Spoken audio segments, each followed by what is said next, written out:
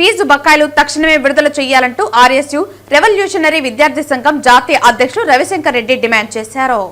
ఈ సందర్భంగా సోమవారం చిత్తూరు ప్రెస్ క్లబ్ లో మీడియాతో ఆయన మాట్లాడుతూ రాష్ట్ర వ్యాప్తంగా సెమిస్టర్ల ఫీజు 4,200 కోట్లతో పాటు స్కాలర్షిప్లు 200 కోట్లు కలిపి మొత్తం 6,400 కోట్లు బకాయిలు ఉంటే కేవలం 600 కోట్లు విడుదల చేసి చేతులు దులుపుకోవటం అన్యాయమన్నారు. ప్రభుత్వ నిర్లక్ష్యం వల్ల ఎస్సీ, బీసీ, మైనారిటీ విద్యార్థులకు ఉన్నత చదువులకు దూరం చేస్తుందని అన్నారు.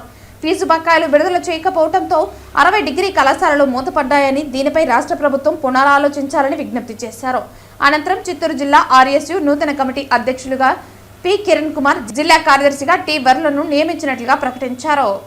రెవల్యూషనరీ స్టూడెంట్స్ యూనియన్ చిత్తూరు జిల్లా నూతన కమిటీ ఏర్పాటు సందర్భంగా ఈరోజు చిత్తూరు ప్రెస్ క్లబ్లో విలేకరుల సమావేశం ఏర్పాటు చేసుకోవడం జరుగుతూ ఉంది. ప్రధానంగా కూటమి ప్రభుత్వం ఆంధ్రప్రదేశ్ రాష్ట్రంలో ప్రభుత్వం ఏర్పడి ఇప్పటికి 18 నెలలు పూర్తి చేసుకున్నది. గత ప్రభుత్వంలో ఎస్సీ, ఎస్టీ, బీసీ, మైనార్టీ విద్యార్థులకు తీవ్రని అన్యాయం జరిగింది ఈ రియంబర్స్మెంట్ విడుదలలో. అంతేకాదు ఎంబీఏ, ఎంసీఏ విద్యార్థులకు రావాల్సినటువంటి ఫీజు బకాయిలను పూర్తిగా ఇవ్వకుండా సెటిల్మెంట్ ద్వారా చేయాలనే ఒక ప్రయత్నం కూడా గత ప్రభుత్వం చేసింది. ఈ ప్రభుత్వం, కూటమి ప్రభుత్వం అధికారంలోకి వచ్చిన తర్వాత పీజీ విద్యార్థులకు ఈ ఫీజు రియంబర్స్మెంట్ కొనసాగిస్తామని చెప్పారు, ఇంతవరకు అమలు చేయలేదు. అట్లాగే డిగ్రీ కళాశాలలు కానీ, ఇంజనీరింగ్ కళాశాలలు కానీ, ఫార్మసీ కళాశాలలు కానీ ఇవ్వాల్సినటువంటి ఫీజు బకాయిలు గత ప్రభుత్వంలో 6,400 కోట్లు బకాయిలు పెండింగ్ ఉన్నాయి. ఈ ప్రభుత్వం వచ్చిన తర్వాత కేవలము 600 కోట్ల రూపాయలు విడుదల చేసి చేతులు దులుపుకొని కామైపోయింది.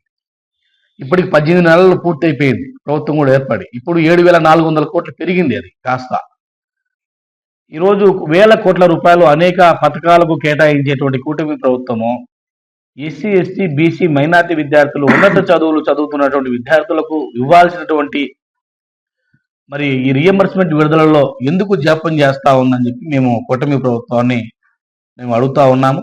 ఇది పద్ధతి కాదు. ఈరోజు 1,000 కోట్ల రూపాయలు అనేక పథకాలు ఇస్తున్నారు. మీరు అవసరం ఉన్నా అవసరం లేకపోయినా ఈరోజు విడుదల చేస్తూ ఉన్నారు. మరి ఈరోజు డిగ్రీ కాలేజీలో చదివేటువంటి విద్యార్థులు కానీ, ఇంజనీరింగ్ కాలేజీలో చదివే విద్యార్థులు కానీ, మెడిసిన్ చేసే విద్యార్థి కానీ ఈరోజు ఫీజు కట్టకపోతే సెమిస్టరు పరీక్షల సందర్భంగా ఈరోజు విద్యార్థులను యాజమాన్యం వేధిస్తూ ఉన్నాయి. ఈరోజు తల్లిదండ్రులకు చెప్పుకోలేక, యాజమాన్యంకు చెప్పుకోలేక విద్యార్థులు సతమతమవుతా ఉన్నారు. ఇది కాస్త ఆత్మహత్యలకు దారి తీసేటువంటి పరిస్థితి కూడా ఆంధ్రప్రదేశ్ రాష్ట్రంలో ఏర్పడతా ఉంది. ఇది సరైనది కాదు. ఎందుకంటే 7,400 కోట్లు అనేది ప్రభుత్వం దృష్టిలో చాలా చిన్న డబ్బులు అది.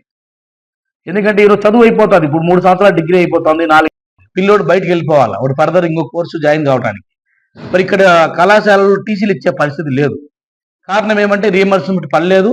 మీరు పూర్తి స్థాయి రియంబర్స్మెంట్ చెల్లిస్తేనే మేము ఈ సర్టిఫికేట్స్ ఇస్తాం, లేకపోతే ఇవ్వము అని చెప్పి అంటున్నారు. మరి దీనికి ఎవరు బాధ్యత వహించాలా?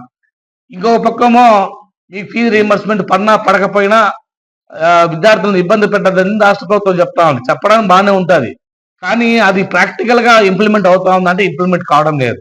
కాబట్టి దయచేసి రాష్ట్ర ప్రభుత్వము మరి పేద విద్యార్థులకు ఇవ్వాల్సినటువంటి రియంబర్స్మెంట్ తక్షణమే విడుదల చేయాలని చెప్పి రెవల్యూషనరీ స్టూడెంట్స్ యూనియన్ డిమాండ్ చేస్తా ఉంది.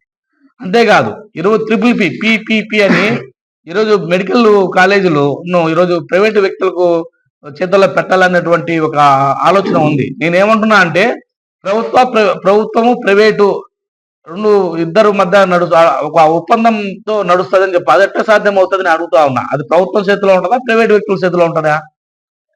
అంటే నాణ్యమైనటువంటి వైద్యం ఎట్లా అందించగలుగుతారు, ఎట్లా సాధ్యం అవుతుంది? కాబట్టి దయచేసి రాష్ట్ర ప్రభుత్వము ప్రజలకు మీరు ఈ కన్ఫ్యూజన్ క్లియర్ చేయాల్సిన బాధ్యత ఉంది. మీరు అది ఆ మెడికల్ కళాశాలలకు ఈరోజు 1,000 కోట్ల రూపాయలు అనేక పథకాలు కేటాయిస్తున్నప్పుడు మెడికల్ కాలేజీలను ఎందుకు మీరు బాధ్యతగా తీసుకొని మీరు ఎందుకు కట్టలేరు? సరే, గత ప్రభుత్వం తప్పు చేసింది 100%. ఎందుకంటే 5 సంవత్సరాల కాలంలో 17 కాలేజీలు కట్టలేకపోయింది. లేదు, 1-2 కాలేజీలు కట్టి మొత్తం 17 కాలేజీలు కట్టామని చెప్పి చెప్తా ఉంది. అంతా సరే, కానీ మీరు ఎందుకు కట్టలేకపోతున్నారు? మీరు ఎందుకని దాన్ని ప్రైవేట్ వ్యక్తులు చేతుల్లో పెట్టాలనుకుంటున్నారు? కాబట్టి రాష్ట్ర ప్రభుత్వం దయచేసి ఈ ప్రైవేటు వ్యక్తుల చేతుల్లో పెట్టాలన్న ఆలోచన విరమించుకోవాలి. 17 మెడికల్ కాలేజీలకు ఒకవేళ సరే ఇప్పుడున్న పరిస్థితుల్లో అన్ని కట్టలేకపోవచ్చు అనుకో, కనీసం 10 కాలేజీలు పూర్తి చేయండి. ఇప్పుడు 17 కాలేజీల్లో 3 కాలేజీలు పూర్తి ఉన్నాయి. మిగతా కాలేజీలకు కొంచెం లేట్ అయినా సరే ప్రభుత్వం ఆధ్వర్యంలోనే, ప్రభుత్వ సంరక్షణలోనే మెడికల్ కళాశాలను పూర్తి చేసి ఈ పేద విద్యార్థులకు వైద్య సీట్లు అందుబాటులో ఉంచాలని చెప్పి మేము రాష్ట్ర ప్రభుత్వానికి విజ్ఞప్తి చేస్తా ఉన్నాం.